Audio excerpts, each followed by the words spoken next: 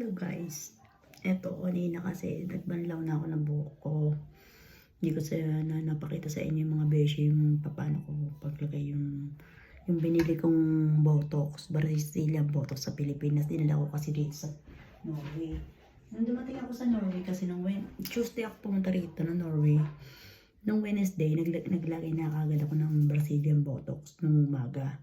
Then tapos ngayon, nung pagka-apply ko ng Brazilian Botox, di ba in-apply ko rin sa buhok ko.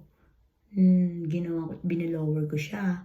Tapos pagkatapos ko binilower, pinilansya ko naman. Tapos ngayon, actually dapat 3 days bago mo banlawan to Wednesday, Thursday, para umabot ng 4 days bago. Tapos ngayon ko lang kasi binilawa yung buhok ko. Ayun, itong resulta guys. Ito mga beshi. Sa Brazilian Botox lang itong ginamit ko. Pero tinan nyo naman mga beshi, mamski. Hindi nyo na kailangan pumunta ng salon. Diba? Kasi dito sa Norway, mahal yung salon. Magpagkapit ang buhok ko, magpaayos ang buhok. Kaya sariling sigap talaga gumawa ko ng sarili mong paraan kung paano maganda yung buhok mo.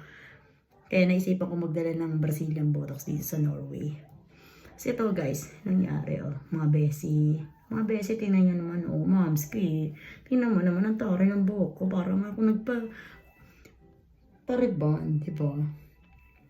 Blower pa lang yan, mamski, ha? Mamski, tingnan mo naman, blower lang yan, ang taray, diba? Diba? Naku, karado. Maganda naman ako sa paningin ng asawa ko. Kay Balbas. Diba? Taray. Dahil sa Brazilian Botox. Diba nyo?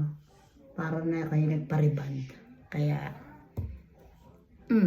approve ako. Diba? Maganda, diba? Resulta.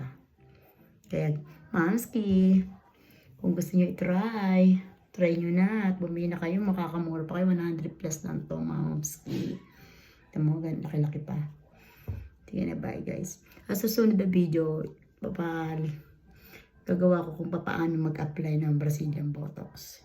Doon ko sa next video ko. Sige, bye-bye guys. Mga mamski, beshi, bye-bye.